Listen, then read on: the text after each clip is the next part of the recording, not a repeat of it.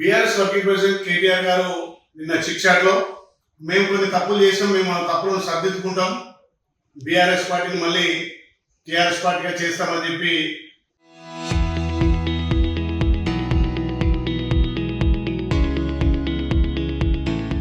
ఇలా కేటీఆర్ గారు సన్నాయి నొక్కులు నొక్కుతున్నారు. ఆయన ఏదో రాష్ట్రాన్ని ఉద్ధరించినట్టుగా నేను పాదయాత్ర చేస్తా అంటున్నాడు. కేటీఆర్ గారు మీరు పాదయాత్ర చేస్తే మీకు వచ్చేది మోకాలు నొప్పులే.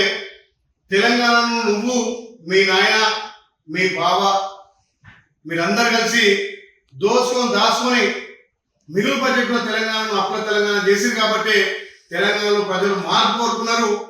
మీరు ఎన్ని తప్పులు చేసిరు, ఎన్ని అప్పులు చేసిరు, ఇలా తెలంగాణ ప్రజలు గమనించే తెలంగాణలో మార్పు కోరుకున్నారు.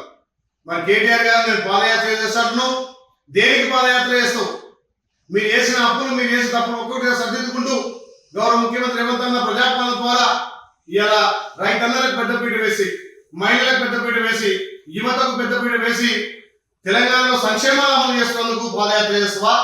తెలంగాణలో ఇంద్రమిల్లు ఇస్తున్నందుకు పాదయాత్ర చేస్తావా? తెలంగాణలో రైతు రుణమాఫీ చేసేందుకు పాదయాత్ర చేస్తావా? తెలంగాణలో రైతు భరోసా ఇస్తున్నందుకు పాదయాత్ర చేస్తావా? మీరు చేయనటువంటి పనులు పేదోడి సొంతింటికి నెరవేర్చేందుకు పాదయాత్ర చేస్తావా? మీరు 10 ఏళ్ళుగా పేదోడు పట్టించుకోలే. ఇలా పేదల కోసం కొత్త రేషన్ కార్డులు, అరువులందరికీ రేషన్ కార్డులు, సన్న బియ్యం ఇస్తున్నందుకు చూసి ఓర్వలేక పాదయాత్ర చేస్తావా? నువ్వు పాదయాత్ర చేస్తే మొక్కలు నొక్కులు తప్ప ఒరిగేది ఏం లేదు తెలంగాణ ప్రజలకు. నువ్వు, మీ అయ్యా, మీ బావ చేసిన పాపానికి గంగలో మునిగి గోదావరి వెళ్ళిన మీ పాపాలు ఇలా కడిగేటి కావు. తెలంగాణ ప్రజలు మొత్తం విధ్వంసం చేసిన మీరు ఇలా సన్నాయి నొక్కులు నొక్కి మేము టీఆర్ఎస్ చేసేది లేకుండే మళ్ళీ మేము టీఆర్ఎస్ గా పెట్టుకుంటామని అంటుండ్రు కేటీఆర్. మరి మీ అక్క తెలంగాణలో టీఆర్ఎస్ పెడతానందుకు భయపడి మళ్ళీ టీఆర్ఎస్ పెడతానుకున్నామా? తెలంగాణ రాష్ట్ర సంపదను ఇతర రాష్ట్రాలకు దోచిపెట్టి మేము తెలంగాణ ఎలగబెట్టాం, భారతదేశాన్ని ఎలగబెట్టామని చెప్పి భారతదేశంలో ఇలా రాజ్యం వెళ్ళాలని ఒక దుర్బుద్ధితోటి బీఆర్ఎస్ పెట్టుకున్నటువంటి మీరు ఇవాళ మళ్ళీ సన్నాయి నొక్కులు నొక్కుతున్నారు. కేటీఆర్ తస్మాత్ జాగ్రత్త.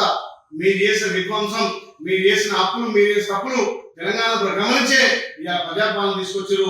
ఈ ప్రజాపాలన ద్వారా గౌరవ ముఖ్యమంత్రి రాష్ట్రంలో ఒకవైపు అభివృద్ధి, ఒకవైపు సంక్షేమం చేస్తుంటే ఓర్వలేక మళ్ళీ నేను పాదయాత్ర చేస్తా, నేను టీఆర్ఎస్ చేస్తా, మేము తప్పులు సరిదిద్దుకుంటాం. మీరు తప్పులు సరిదిద్దుకునేంత చెయ్యలే. 20 ఏళ్ళు రాష్ట్రానికి వెనక్కి నెట్టేసిరు.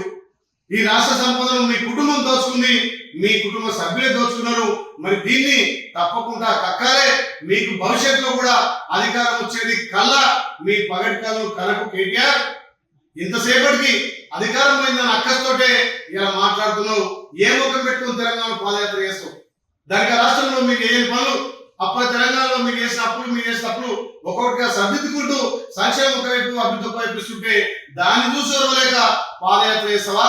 కేటీఆర్ తస్మాత్ జాగ్రత్త. ఇవాళ కనీసం ప్రతిపక్ష నాయకుడు ఎవరో తెలియలేని పరిస్థితిలో అసెంబ్లీకి ప్రతిపక్ష నాయకుడు రాడు. మరి మీ భావన నువ్వా ప్రతిపక్ష నాయకుడు తెలియదు. మీ కుటుంబ పంచాయతీ, మీ కుటుంబ వ్యవహారం.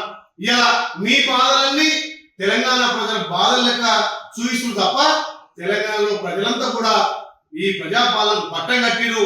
ఏ ఎలక్షన్ వచ్చినా కాంగ్రెస్ పార్టీకి బ్రహ్మరథం పడుతున్నారు. రేపు ఎంపీపీ జెడ్పీటీసీ ఎలక్షన్ లో కాంగ్రెస్ పార్టీకి బ్రహ్మరథం పడతారు. ఇకనైనా కేటీఆర్ జ్ఞానోదయమైనందుకు సంతోషిస్తున్నాం. మీరు చేసిన అప్పులు నువ్వు, మీ అయ్యా, మీ బావ మీరంతా కూడా అమరవీరుల స్తూపం దగ్గర ఇలా మీరు మోకరిల్లాలే. తెలంగాణ ప్రజలకు మీరు క్షమాపణ చెప్పాలి.